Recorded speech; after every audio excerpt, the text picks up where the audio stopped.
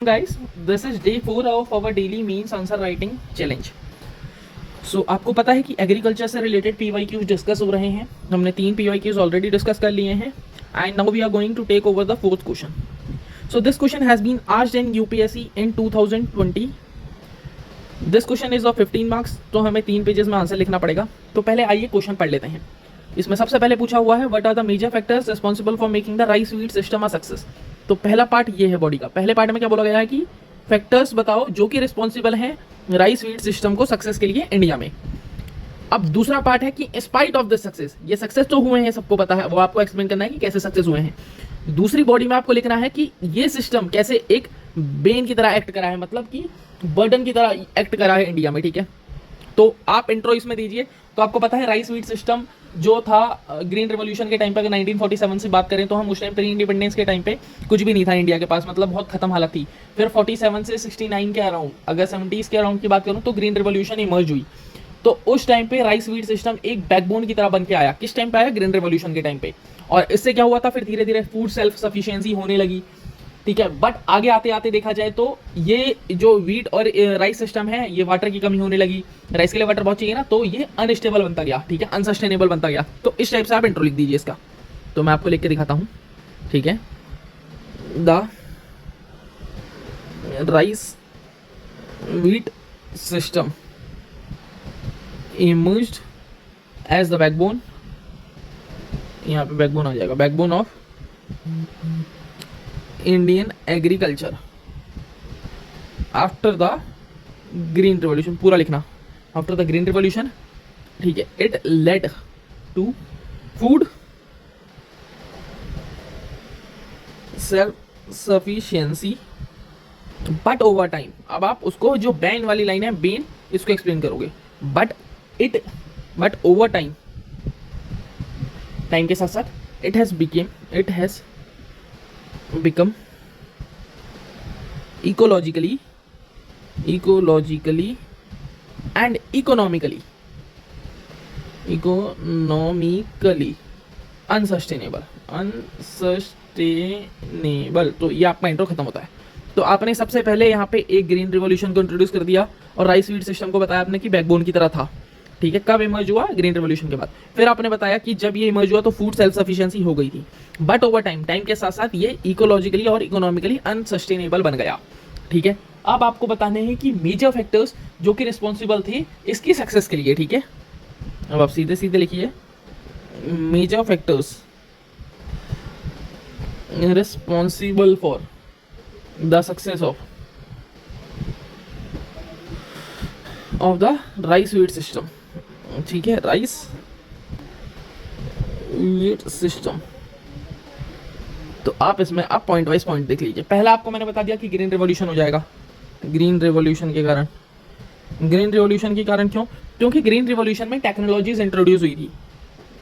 Technologies, example डाल दोगे technologies का, जैसे HYV सीड्स, और डाल दोगे आप केमिकल फर्टिलाइजर्स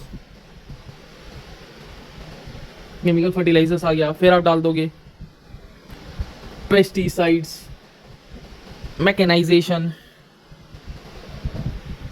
ETC. तो ये सब ने मिलके क्या करा? बूस्ट करा, significantly boosted yields of rice and wheat. तो पहला आपका हो गया क्लियर. बहुत सिंपल सा पॉइंट था, इजीली आ गया होगा समझ. ठीक है, अब बढ़ते हैं दूसरे पॉइंट में. पहला मैंने लिख दिया ग्रीन रिवॉल्यूशन की टेक्नोलॉजीज. अब अगर मैं दूसरा बात करूं तो दूसरा मैं लिखूंगा कि इरिगेशन, अश्योर्ड इरिगेशन. तो इसमें आप सीधे सीधे लिख सकते हो कि जो एक्सपेंशन हुआ था कैनल इरिगेशन का, expansion of canal irrigation and tubewells, specially कौन से एरियाज में हुआ था? In Punjab and Haryana. ठीक है, तो इसके कारण भी हुआ था. तीसरा पॉइंट क्या लिखोगे आप? तीसरा पॉइंट आप सिंपल सा लिख दो, MSP प्रोक्योरमेंट. इसमें क्या आप लिख सकते हो? MSP प्रोक्योरमेंट में MSP दिया जा रहा है इस पे. ठीक है, MSP दिया जा रहा है किसकी मदद से? PDS, public distribution system, and FCI, give farmers, इन्होंने फार्मर्स को क्या दिया, एक अश्योर्ड इनकम का वो दे दिया, गिव फार्मर्स अश्योर्ड इनकम। ठीक है, तो ये हो गया। अब आप इसमें चौथा पॉइंट देखो, चौथे में क्या लिख सकते हो आप, चौथे में लिख सकते हो इसमें मैकेनाइजेशन। मैकेनाइजेशन में क्या लिख सकते हो कि ट्रैक्टर्स वगैरह जब आए तो यही लिख सकते हो इसमें आप ओवरऑल। तो availability of tractors, combine harvesters और स्टोरेज फैसिलिटीज एंड आप लिख सकते हो रूरल रोड्स। ठीक है, इन सब ने मिलकर क्या करा कि रिड्यूस कर दी लेबर की कॉस्ट रिड्यूस कर दी एंड इंक्रीज एफिशिएंसी। ठीक है, ये हो गए चार। एक और लिख लो, पांचवा। आप पांचवे में डाल सकते हो कि input subsidies.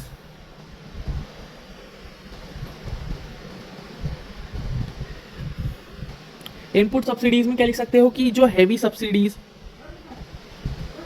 Subsidies on electricity और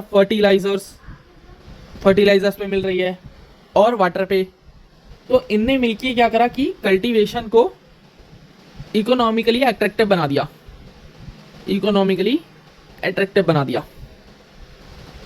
ठीक है, तो आपने ये बता दिया कि जो फैक्टर्स कौन कौन से रिस्पॉन्सिबल हैं राइस वीट की सक्सेस के लिए।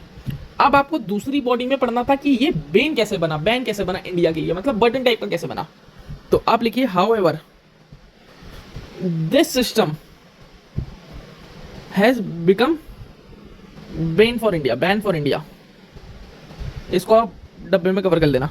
तो कैसे बना, आप इसका पहला यूज डालिए कि एक्सेस, जब फर्टिलाइजर्स वगैरह में सब्सिडी वगैरह मिली तो एक्सेसिव यूज ऑफ फर्टिलाइजर्स होने लगा। ठीक है, जब फर्टिलाइजर्स का यूज एक्सेस में होने लगा तो इससे क्या हुआ कि न्यूट्रिएंट इम्बैलेंस होने लगे और सॉइल डिग्रेड होने लगी। ठीक है, इससे क्या हुआ, न्यूट्रिएंट इम्बैलेंसेस एंड जो मेरी सॉइल थी वो डिग्रेड होने लगी। आप इसमें एग्जांपल कोट कर देना पंजाब का। पंजाब में जो एक्चुअली यूज होता है फर्टिलाइजर वो होता है 244 kg पर हेक्टेयर। ठीक है, बल्कि जो नेशनल एवरेज कितना है वो है रफली अराउंड 140 kg पर हेक्टेयर। ठीक है, तो आपने ये एग्जांपल कोट कर दिया। अब दूसरा पॉइंट आप लिख लिए कि सॉइल हेल्थ का इम्बैलेंस क्रिएट हुआ। एक वर्ड याद नहीं आ रहा मुझे, अच्छा हाँ, डेट्रियोटिंग सॉइल हेल्थ लिख दीजिए, RDERIORATING सॉइल हेल्थ। इसमें आप क्या लिख देंगे कि जो एनपीके बैलेंस है, ठीक है, एनपीके में इनबैलेंस क्रिएट हो गया। ठीक है, एन रेशियो पी रेशियो क्या होता है ना, एन रेशियो पी रेशियो के में इम्बैलेंस क्रिएट हो गया। आप इसमें लिख सकते हैं कि नाइट्रोजन पहुंच गया 7.7 अराउंड, और ये हो गया मतलब मेरा ये कितना हो गया, ये हो गया 3.1 और ये हो गया 1। ठीक है, आप कमेंट सेक्शन में बताना कि एक्चुअल में एनपीके कितना है, जिससे रफली 30% जो सॉइल थी वो मेरी डिग्रेड हो गई। ठीक है, आप तीसरा पॉइंट लिखिए। आप तीसरा पॉइंट आप लिख सकते हैं कि राइस के लिए बहुत सारा पानी चाहिए तो ग्राउंड वाटर डेप्लेशन हो गया, ग्राउंड वाटर डेप्लेशन। अब आप इसमें एग्जांपल से कोट कर दो तो जो बेटर रहेगा। पंजाब का एग्जांपल सबको पता रहता है। एग्जांपल जो पंजाब था वहाँ पे जो वाटर ड्रॉपिंग जो थी वो थी 50 सेंटीमीटर एनुअली हो गई थी, ANNUALLY। ठीक है, और ये किसकी रिपोर्ट ने बताया था, सेंट्रल ग्राउंड वाटर बोर्ड की रिपोर्ट ने। ठीक है, चौथा पॉइंट डालिए। चौथा पॉइंट लिख दो कि अब क्या लिख सकते हो आप, हाँ, क्लाइमेट वल्नरेबिलिटी। टाइम लगता है ना सोचने में भी, मैं भी तो आपके साथ आंसर लिख रहा हूँ, मैं कौन सा ऑलरेडी मुझे पता है ये आंसर, एकदम उठाता हूँ एकदम लिखता हूँ। जो राइस वीट सिस्टम है मेरा, वो हाईली सेंसिटिव होता है। किसके लिए, इज हाईली सेंसिटिव होता है to heat waves, erratic rainfall, ये कीवर्ड यूज करोगे तो अच्छे मार्क्स मिलते हैं, and declining water availability.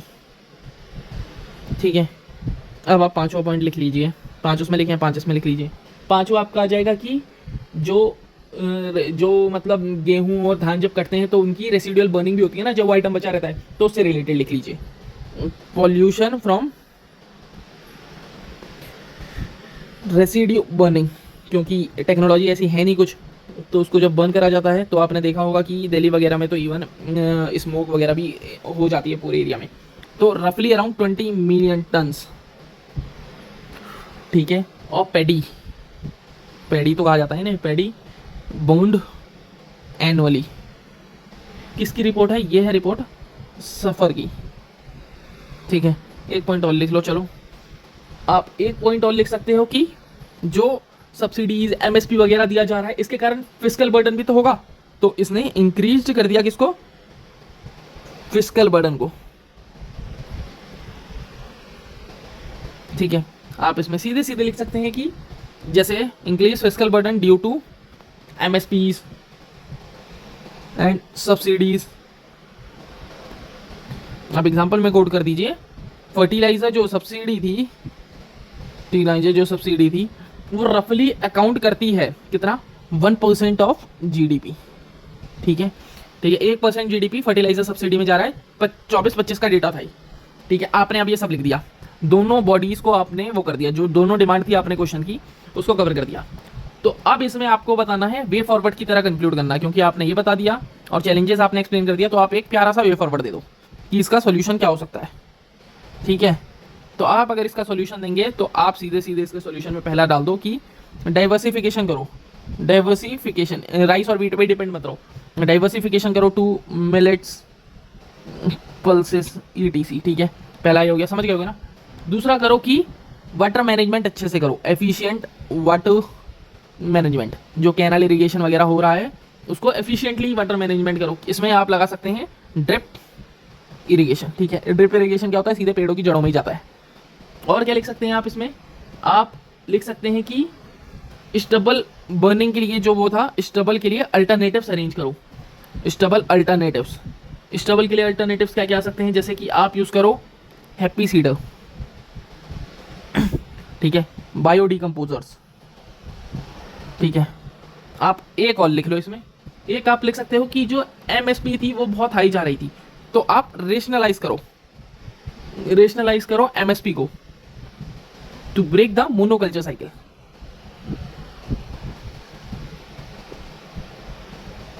Break the monoculture cycle, तो आपने वे फॉरवर्ड भी लिख लिया।